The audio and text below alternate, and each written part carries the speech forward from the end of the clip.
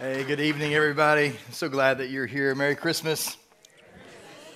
This is our third service, and I still haven't figured out who everybody is in those pictures, but that was fun.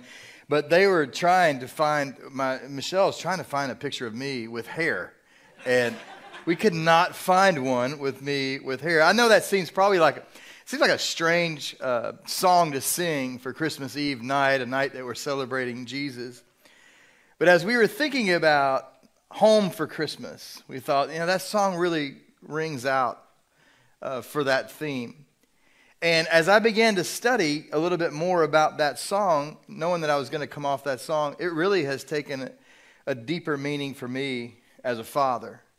Because my son's in the Air Force, and right now he's in the Middle East, and he's been over there for about 6 months. And he's not going to be able to come home to his family and his 3 kids and wife for Christmas. And that has really touched me to think about our men and women who are overseas. And the whole basis of that song, it was written in 1943, almost 80 years ago, that song was written. And it was made popular by Bing Crosby, one of my favorite old-time singers. And it actually reached in the top 10 of the charts.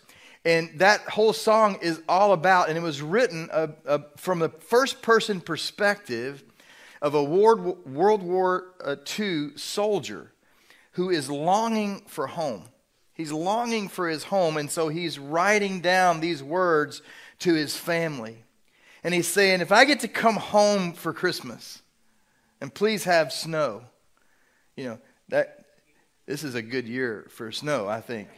I wasn't sure if we weren't going to get snow for the first time. I've been in Florida for 25 years. I think this is the coldest ever, It was great. And he says, please have snow and mistletoe. And what was the other part? Presents under the tree. Yeah.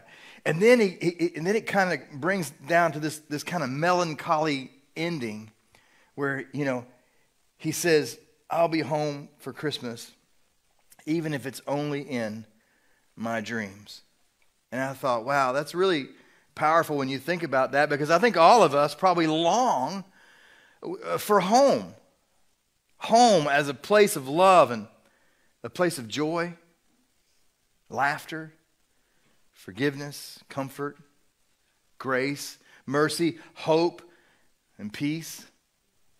That's what home is. And when home is working right, when everything's going smoothly, when home is working right, it can be that kind of place. A place of warmth, a place of understanding, a place of security, a place of care. Now, I know not everybody had a home like that. Not everybody grew up in an environment like that. Sometimes maybe if you think about home doesn't have some of those meanings for you. But I think one thing that we would agree with, all of us together in the room, is that we long for a home like that, even if it's only in our dreams. And tonight, what I wanted to share with you on this Christmas Eve night, how we actually can have a home like that in our home with God.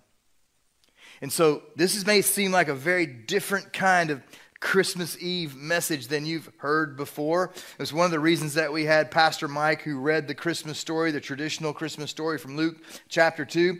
But this is a Christmas message that I don't think I've ever preached before or taught before in Christmas. It's rarely, if ever, used for Christmas. It has no manger tonight. There's no innkeeper. There aren't any shepherds, no wise men, no donkeys braying, whatever that means, no star. There's no bloodthirsty king. But I think this message tonight truly is foundational, that tells the Christmas story as well as any, when we consider the Father's love for us that would have caused him to send his son Jesus to step out of eternity, to step out of the glories of heaven, and to come to earth in the form of a baby, grow up as a sinless man, and go to the cross for you and I, for our sins. And I want to share with you a story that Jesus told while he was doing his ministry that demonstrates this longing for home that we have. I mean, even more than than our longing for home. It demonstrates the love that the Father, our Father in heaven, God, has for us, has for you. So one of the most famous parables that Jesus taught was the prodigal son. You've heard of the prodigal son. It's a short parable, but it's got a lifelong and powerful message to it. And I want you, if you will, this evening, I want you to put yourself in the crowd. When Jesus is speaking this parable, he's telling this story. I love storytelling because Jesus was a storyteller. And when he's telling this story to the crowd, his listeners were there that day. And on this occasion, he's going to tell the story that in many ways relates to us. And I want you to put yourself kind of in their shoes, listening to the story of Jesus. In fact, as I read about the prodigal son, most of us, in one way or another, can relate to the prodigal son. You know, in one way or another, we can relate to the rebellion of the prodigal son. We don't really even need to probably talk about that too much. I don't have to probably explain about rebellion that much tonight. We kind of know what it means to be the prodigal. We know when we've strayed. We know when we've dishonored, disobeyed our Father. We know when we've gone off to the distant far country. However, what I want us to look at tonight and what I want us to see is that this story is so much more than about the prodigal son. This story that Jesus tells is actually the main character is the Father. The main character is the Father's love. It's more of a story about the Father's love than it is the Son's rebellion. And I want us to look at that tonight because we know rebellion. We know that part pretty well. We've got that part down pretty well. But what I want to know tonight and what I hope we get to is, do we truly know what the Father's love is like? The Father's love that would send his only Son down in the form of a baby. I've counseled a lot of people over the years that didn't grow up with a really good relationship with their father, and it was estranged. Or maybe their father was abusive, or maybe their father was absent. And they'll come to me and they'll say, every time you talk about the Father's love, I have a hard time identifying with that because I didn't see that example in my life growing up. So I'm having a hard time relating when you talk about the Father's love because I didn't experience that and I didn't see that. If that's you tonight, I really hope that this evening that you can experience the Father's love maybe in a fresh new way, that you can experience God's love for us, his perfect love, even when our earthly father's perfect love is not perfect. So think about the kind of love of a father that maybe you would always have dreamed of if you were to come home. But even for the listeners, even for the crowd that day that were listening to Jesus, they couldn't have related to the kind of Father's love that Jesus was talking about even. They came from this Middle Eastern man culture where they didn't relate to a Father's love very well either. And Jesus throws in some very countercultural things. He throws in some very countercultural ideas about the love of a father that's very easy for us to miss unless we understand the culture of the day for the Middle Eastern father. And so when Jesus is telling this story, he gives several actions by the father, and where the crowd would have said that day, there's no way that a father could love his son like that. This is crazy. This is a crazy story. No way that a father could love his son like this. A Middle Eastern father in that culture would never do this. What are the things I was thinking about? What are the things that my dad would never do? I was thinking about that when I was thinking, Middle Eastern fathers, what would they never do? What were the things that my dad would never do? You know, my dad would never cuss. He did not cuss at all. I mean, he didn't tell crass talk. He didn't tell raunchy jokes. He just didn't, you know. He would never drive a Chrysler. I don't know why. I'm not against Chrysler at all, but he was a kind of a made in America man, but he would sooner drive a Toyota than he would a Chrysler. I had to wait until he passed away before I bought my first Jeep, you know. And number 3, he would never dishonor women. He just wouldn't. I mean, he was the kind of man that always held the door for women, always allowed them to go first, always treated them with respect. He elevated women, and he set that example for me in my life, and especially with my mother. He elevated women. He was a great role model for me. But one time he did something that was just by accident that could have been seen as dishonoring, or it was very embarrassing for him.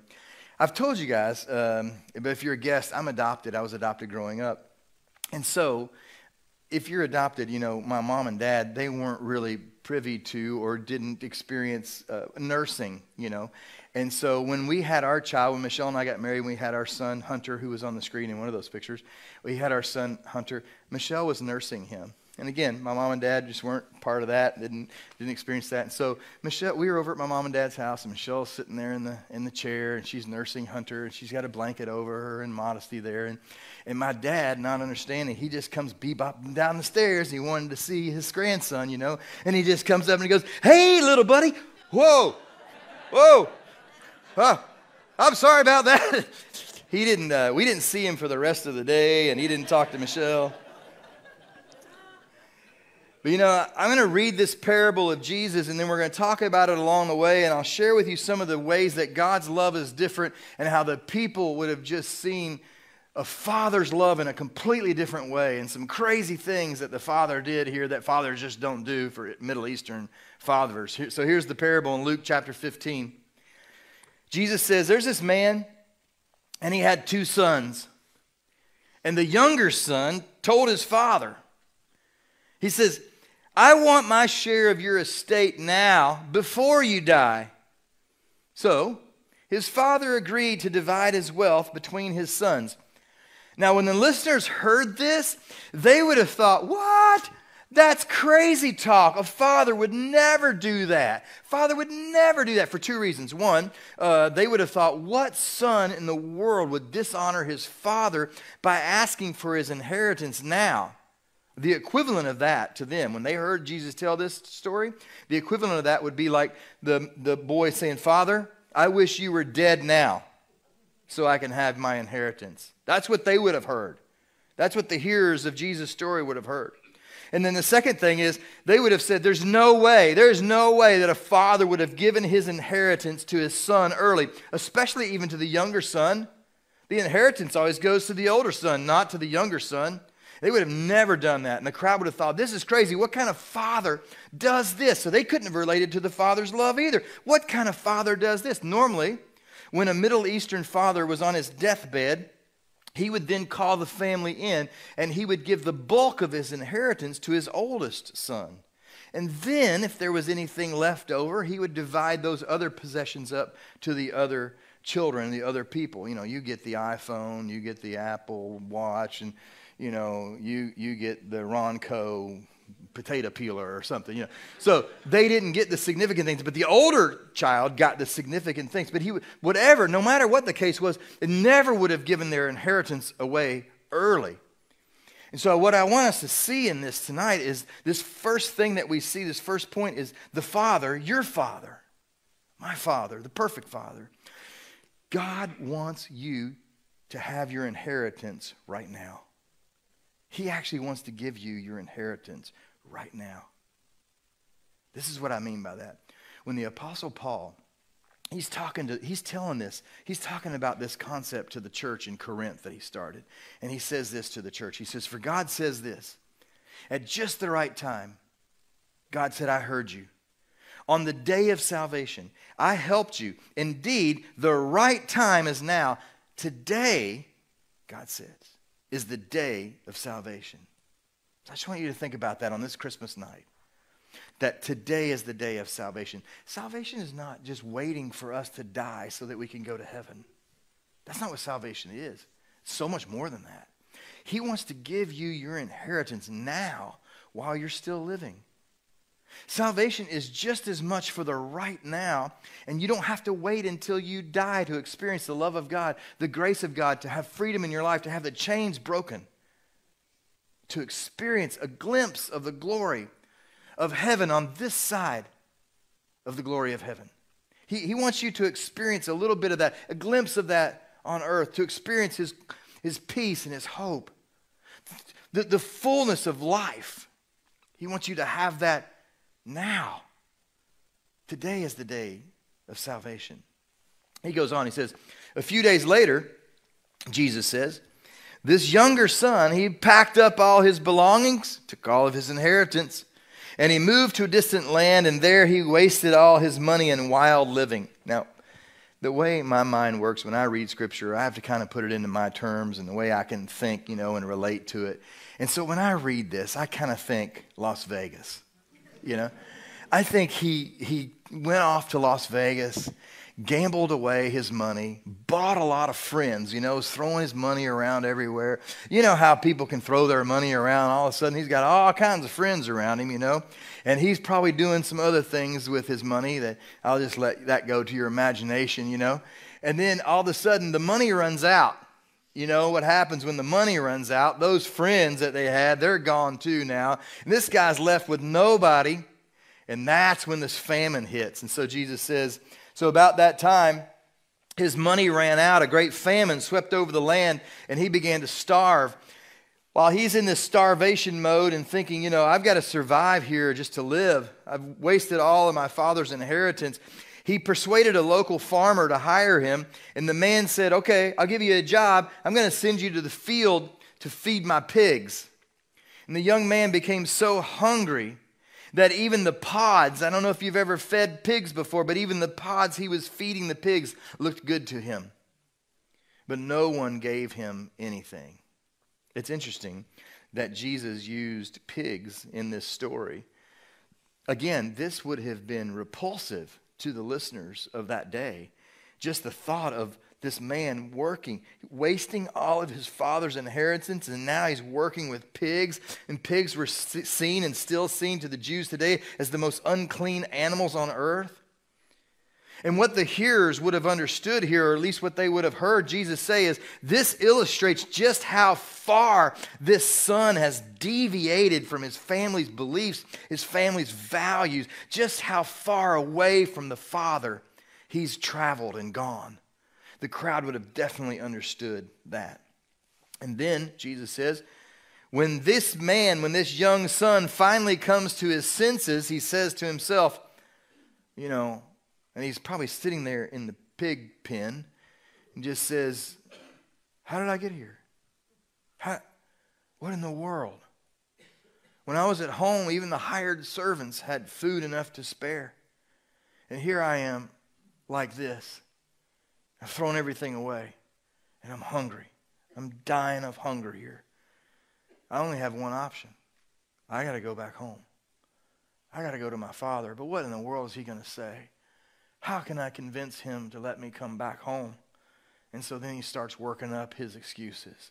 Father, you see what had happened was, I was going down. No, that's not going to work. He's not going to buy that. He's not going to believe that. And he's just pacing, thinking about this hard conversation he's going to have. You've done that. I've done that. We've all worked on hard conversations to try to get it just right. He's working on this, and he finally comes to his senses, and he just kind of goes, all right, I'm just going to have to just level with him. I'm just going to have to come straight out with my Father and just say, Father, I've sinned against you. I've sinned against heaven and you. I'm not even worthy to be called your son. Could you just let me come back? I'll be your servant. Just take me on as a hired servant. That's where this young son was mentally, thinking the way his father's going to respond. And so it says then, Jesus goes on, so he returned home to his father. And I want you to catch this because this is powerful. This is the part of the story that's so powerful. He says, while he was still a long way off, so he wasn't even back home yet, but while he was still a long way off, his father saw him coming, and filled with love and compassion, he ran to his son. He ran to his son, and he embraced him and kissed him. Now, this would have also been a big shock because Middle Eastern men did not run. Middle Eastern men don't run. The running was considered improper. It was undignified. It's very different from our culture today.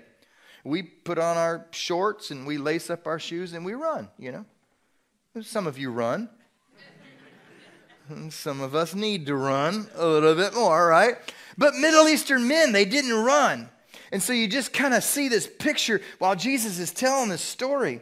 to this crowd of listeners, you can just kind of see this picture. Here's this man that's dressed in a robe that goes all the way down to his sandals, and it's tight. You know, you can't run with a robe on. I've never tried, but I'm sure you can't run with a robe on. He's got his sandals, and he's got the chains around his neck, and he's got the long hair, and he's been waiting by the door day after day after day, watching for his son. And then he sees his son off in the distance, and he doesn't wait for his son to come crawling back. He doesn't wait for his son to get to the porch and ring the doorbell. He doesn't wait for his son to grovel and come up with all the excuses that he's come up to plead to come back home. No, he sees his son off in the distance, and he hikes up his robe, showing his legs, which is another thing that Middle Eastern men didn't do at that time, and he takes off running to his son. And I guess if I could say anything tonight for our Christmas Eve service, is that when you stop running from God, God will run to you. When you stop running from God, God will run to you.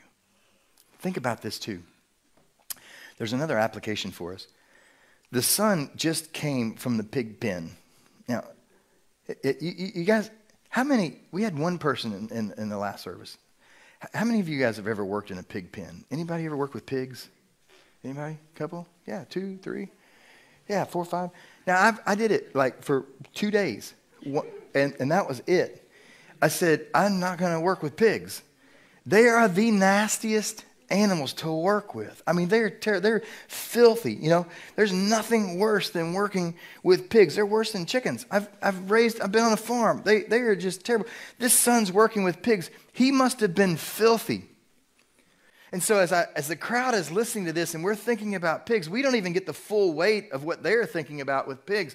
But I picture this son who's got rotted potatoes and rotted broccoli all over his clothes, and he smells like a pig pen. He's got pig pen dirt just caked on his face. And yet we see when he comes to the distance and the father runs to him, and the father gets to his son, the father doesn't go, whoa, whoa, whoa, whoa, wait a minute here. You need to take a bath, son, because you stink. His father doesn't say that at all. In spite of the pig pen muck that he's got all over him, his father wraps his arms around him, gives him a big hug, and even kisses his son, even with pig pen mud on his face. And what I just would say to you is that this just illustrates to us that God doesn't wait for you to get all cleaned up before you can come home. He doesn't wait for you to be clean before he welcomes you home. You don't have to get your life right. You don't have to get clean. You don't have to put on fresh clothes. You don't have to get all the garbage out of your heart and out of your life. You don't have to feel ashamed. The Father just wants you to come home. He just wants to welcome you home. And the Father will run to you, and he'll wrap his arms around you, and he'll say, welcome home. Welcome home, my son.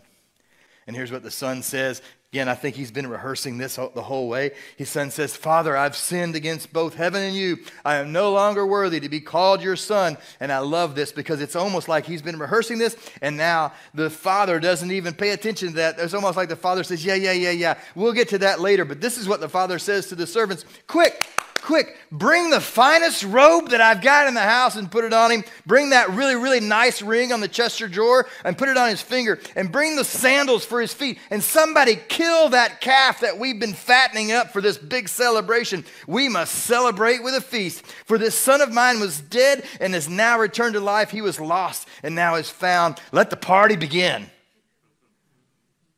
He's excited. This crowd would have been shocked with that too. They would have heard this and thought, there's no way. There's no way a father really would celebrate a son like that. No one during that time would have thrown a party and celebrated if the son had lost the father's inheritance. No way. In fact, you guys, it would have been very different for that. It would have been opposite of that in this culture. Because in this culture, remember I told you that the father would have already died before he gave the inheritance up. So the father would have already been dead. Then the son wastes all the inheritance. And so what would have happened is the community and the neighbors and the people would have filled up these clay jars. They would have filled it up with rocks and nuts and dirt clods, and they would have come and bashed them on the front doorstep of their home. And that would have been their way of saying, we're cutting you off from our community, and this is our way of honoring your father who's passed away and gave you his inheritance, and you wasted it. That's what they would have heard. That's what they would have done. So the thought of the Father celebrating the Son during this time, that was so far from their mind. There's no way they can comprehend the love of a Father like that. But that's what's so radically different. That's what's so radically different about the Father's love. Is that when this wayward son comes home, the Father throws a big party. So for us today, if you've been away from home, God wants you to come home. And guess what? He wants to celebrate you with a big party. That's what he wants to do. He wants to celebrate you coming home with a great party. And that's been our dream, and that's been our hope for this Christmas season, is that when you walk in this place, it'd be like you're coming home. And that you would experience a living God, that you would experience forgiveness, that you would experience grace, that you would come here. Ernest Hemingway, he wrote a short story called The Capital of the World. In the story, Hemingway tells kind of a similar story about a father and his teenage son. And the teenage son had sinned against his father. And in his shame, he didn't think the father would love him because of the sin that he had committed. And so he ran away from home. And the father was distraught. And he began to search for his son. All over Spain, he was searching for his son, but he still couldn't find his boy. Finally, his father was in the city of Madrid. And in sort of a last desperate attempt to find his son, the father placed an ad in the daily newspaper. And the ad says this, Hemingway writes, "Paco, meet at Hotel Montana noon Tuesday. All is forgiven. Papa." And the father prayed after that maybe the boy would see the ad, and maybe, just maybe, somehow, by chance, he would see this ad and he would come to the Hotel Montana. On Tuesday, the father arrives at the Hotel Montana and he can't believe his eyes. There's policemen all around trying to help keep control of these 800 young boys named Paco. They had all seen the ad and come to meet, hopefully, their father in front of the Hotel Montana. 800 boys named Paco read the ad and hoped it was for them. 800 Pacos came to receive the forgiveness of their father that they so desperately needed and so desperately wanted. Did you know that your Heavenly Father wants you to come home if you've traveled away from home? And it doesn't matter who you are, or what you've done, or how long you've done it, or who you've done it to. God says, I want you to come home to my love and my forgiveness. And you guys, here's the thing. This is actually what Christmas is about. This is what Christmas is about. This is actually a perfect picture from Jesus of what the Father's love is like at Christmas. That God loved us so much that he sent his only son, Jesus, into the world to be born as a baby, but not stay in the cradle. He grew up as a sinless man, the God-man, and went from the cradle to the cross and sacrificed his life to pay the penalty for your sins and mine. And for all who put their hope and trust and belief in him can have this salvation, not just for when we die, but for right now, in the here and now. I guess I would just say, come home. Come home for Christmas, if that's been you this evening. One of my favorite things to do at Christmas, this is, by the way, this is my favorite night out of the year, you guys. I love this night. I love, yeah, it's so great. I just love it. I love when you guys come in. I love getting to see your faces, and Christmas Eve, and it has a lot of years, 54 years of great memories with family. But one of the most special moments is when we come together and we have this tradition of lighting the candles together and we sing Silent Night. And there's just something about that that's just so powerful to me. This year I was just thinking, and I just wanted to say this, I don't know about you, but it just seems like things are changing rapidly in our culture and in our day. In 2022, it seems like there's more darkness in the world.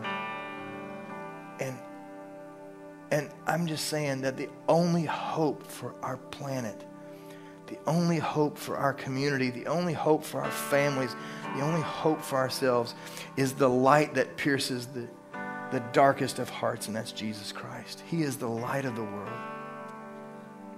And our Father loved us so much that he sent Jesus into this world. And so tonight, you know, we just do this every year. And so while we're lighting the candles and we're singing Silent Night, can you just think about this light that we're going to light that pierces the darkness, and this world needs the light of Jesus Christ. It's our only hope. It's our only hope for what Jesus brings to the world and offers us for free. Would you stand with me? We're going to sing Silent Night and share the candles and share the light with those around us this evening.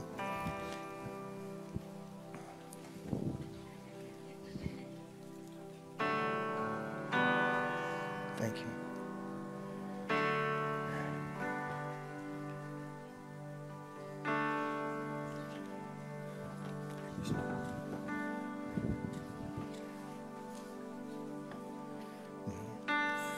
Silent night, holy night, all is calm and all is bright.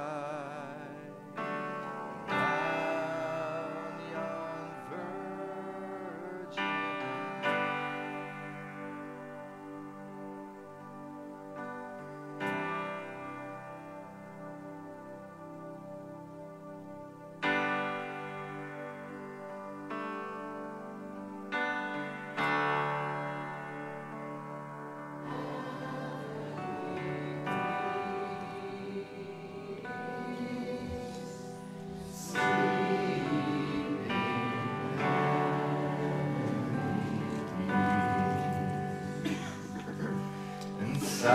silent night, holy night, shepherds wait at the side, glory streams from heaven afar. Heavenly hosts sing hallelujah. Christ the Savior is born. Christ the Savior is born. Let's sing the first verse again together. Silent night, holy night, all is calm, all is bright. Round young virgin, mother and child, holy infant, so tender and mild, sleep in heavenly peace, sleep in heavenly peace. So, Father, I pray a blessing over every family here this evening, every family, every individual who's watching us online. That they feel your presence, God, in their life, that you would bless them, that you would bring peace upon their soul, bring peace upon their life, and Bless them, Father. Thank you for being a loving Father, that no matter how far we've traveled into the far country, that you welcome us home. In Jesus' name we pray. Amen. Hey, everyone. Merry Christmas. Thanks for coming tonight. God bless.